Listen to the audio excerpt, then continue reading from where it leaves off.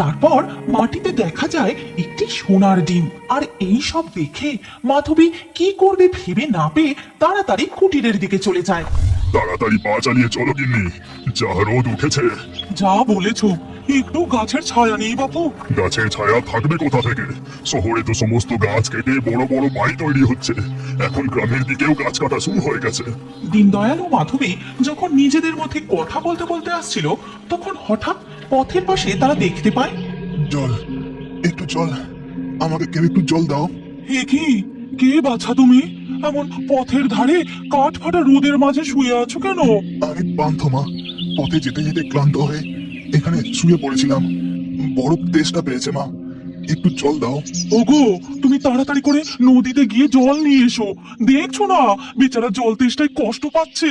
এই কথা শুনে দীনদয়াল তাড়াতাড়ি সেখান থেকে চলে যায় নদীর দিকে।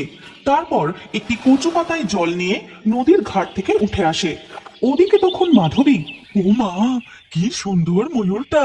ও আমার ময়ূর, ও সব সময় আমার সাথে থাকে। এরপর ময়ূরটি আস্তে আস্তে সুলতার কাছে চলে আসে। ততক্ষণে দীনদয়াল কচু পাতায় করে জল নিয়ে সেখানে এসে উপস্থিত হয়। এই নাও বাবা, জলটুকু তাড়াতাড়ি খেয়ে নাও। তোমায় দেখে তো মনে হচ্ছে অনেকদিন ভালো করে খাওয়া দাওয়া পর্যন্ত করনি। পান্থ ধীরে ধীরে উঠে বসে, তারপর জল পান করে। চলো বাছা, জলটুকু খেয়ে নিয়ে তুমি আমাদের সাথে আমাদের কুটিরে চলো, তারপর একটু খাওয়া দাওয়া করে বিশ্রাম নেবে। আমি এক অচেনা মানুষ, আমাকে আপনাদের ঘরে নিয়ে যাবেন? ঘরে কি এমন আছে ছাই যে তুমি চুরি করবে? দিন মজুরের ঘরে দিন আনা দিন খাওয়া, আমাদের অত ভয় নেই গো। চলো তো, চলো এখন। এরপর তারা দীনদয়ালের কুটিরে এসে পৌঁছায়। কুটিরে পৌঁছে মাধবী উঠোনে বসে আগুন জ্বালিয়ে ভাত বসায়। দীনদয়াল তাকে হাতে হাতে সাহায্য করে, আর পান্থ দু চোখ ভরে সেই দৃশ্য দেখতে থাকে। ময়ূরটি তাদের উঠোনে এদিকে ওদিকে ঘুরে বেড়ায়। তোমার ময়ূরটি কিন্তু ভারী সুন্দর। তুমি আর তোমার ময়ূর এই কুটিরে পা দিতেই কেমন যেন মনে হচ্ছে আমার এই ভাঙা কুটিরে চাঁদ নেমে এসেছে। এরপর রান্না বান্না হয়ে গেলে তারা তিনজনে দাওয়াই খেতে বসে। ময়ূরটিকেও একটি পাত্রে ভাত দেওয়া হয়। এই নাও বাছা, এই গরিবের বাড়িতে ফ্যান ভাত, নুন আর এই কাঁচা লঙ্কা ছাড়া কিছুই যে নেই বাবা। এমন কথা বলবেন না মা, আপনারা আমাকে রাস্তা থেকে এনে ঘরে বসিয়ে ভাত খেতে দিচ্ছেন, এর থেকে বড় আর কি হতে পারে? তবে শরীরের ক্লান্তিটা একটু কেটে গেলেই আমি এখান থেকে চলে যাব। এইভাবেই দুদিন কেটে যায়। তৃতীয় দিন রাতের বেলা হঠাৎ মাধবীর ঘুম ভেঙে যায়। সে দেখে পান্থ তাদের কুটিরে নেই, ময়ূরটিও নেই। মাধবী তাড়াতাড়ি কুটিরের বাইরে বেরিয়ে দেখে, এ কি, এমন গভীর রাতে চারিদিকে এত আলো ঝলমল করছে কেন? আজ পূর্ণিমা বটে, তা বলে এত আলো? ওদিকে ওই গাছের আড়ালে ওরা কারা? মাধবী সেই দিকে এগিয়ে যায়, আর সেখানে গিয়ে দেখে পান্থর সে কি রূপ! সে যেন এক রাজপুত্র, আর তার সামনে ময়ূরটি সোনার বর্ণ ধারণ করে পেখম মেলে দাঁড়িয়ে আছে। এবার আমায় আদেশ করুন প্রভু, আমায় কি করতে হবে? তুমি আজ আমায় তোমার একটি স্বর্ণ পালক ও একটি সোনার ডিম দাও। যথা আজ্ঞা প্রভু। এরপর ময়ূরের একটি পালক মাটিতে পড়ে এবং ময়ূর পালকটি তুলে পান্থর হাতে দেয়। তারপর মাটিতে দেখা যায় একটি সোনার ডিম। আর এই সব দেখে মাধবী কি করবে ভেবে না পেয়ে তাড়াতাড়ি কুটিরের দিকে চলে যায়। আর সেই দিন ভোর হতেই, মাগো, তোমার আশ্রয় থেকে আমি ধন্য, কিন্তু এবার যে আমাকে যেতে হবে, তবে যাওয়ার আগে আমি তোমাকে সামান্য উপহার দিতে চাই।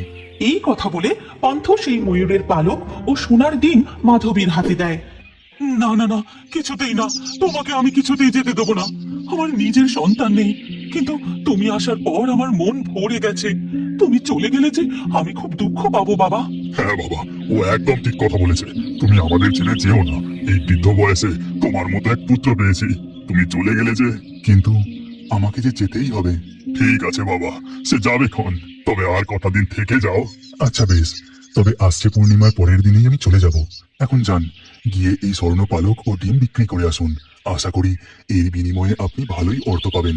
তবে আমার কথা কাউকে জানাবেন না যেন। এই কথা শুনে দীনদয়াল সোনার পালক ও ডিম নিয়ে বাজারের দিকে চলে যায়। তারপরে এক সোনার দোকানে, কিরে দীনদয়াল, এমন সোনার জিনিস তুই পেলি কোথা থেকে? চুরি করলি নাকি রে? না না না না না, কি যে বলেন বুদ্ধ শেঠ, এই বুড়ো বয়সে চুরি? আগে মাটি কুপোতে গিয়ে মাটির তলা থেকে পেয়েছি। বটে, এ তো দেখছি একেবারে খাঁটি জিনিস রে। ঠিক আছে, এর মূল্য বাবদ তুই টাকাটা নিয়ে যা।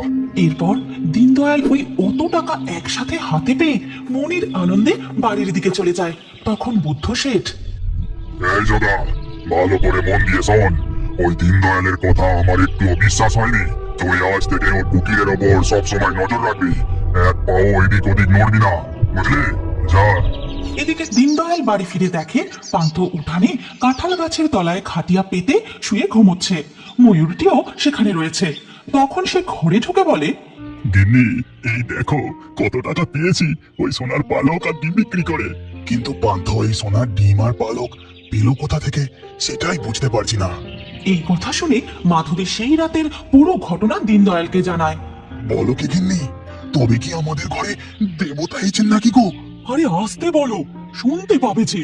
আমরা উনার আসল রূপ জেনে গেছি, বুঝতে পারলে উনি যদি এখান থেকে চলে যান। গিন্নি, তুমি কিন্তু ওনার যত্নের কোনো ত্রুটি রেখো না যেন। আর এই সমস্ত কথা তাদের কুটিরের জানলার পাশে দাঁড়িয়ে দাঁড়িয়ে শুনতে থাকে জগা। তারপর সে সেখান থেকে চলে গিয়ে পৌঁছায়। কর্তা, সব রহস্য জানতে পেরে গেছি। বলিস কি এত তাড়াতাড়ি? বল তবে শুনি। এরপর জগা সমস্ত কথা বুদ্ধ শেঠকে জানায়।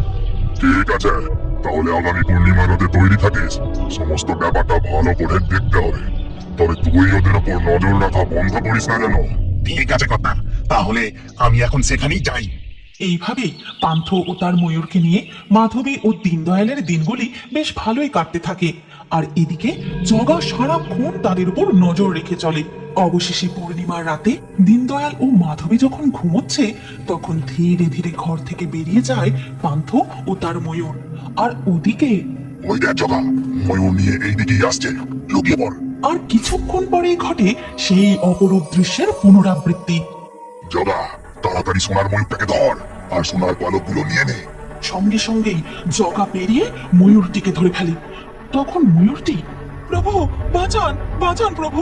তোমাদের এত বড় স্পর্ধা, এত লোভ, এই শাস্তি তোমাদের পেতেই হবে।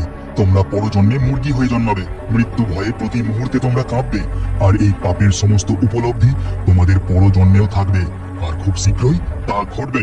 সেই সময় সেখানে দীনদয়াল ও মাধবী এসে উপস্থিত হয়। কিন্তু প্রভু, আমাদের কি হবে?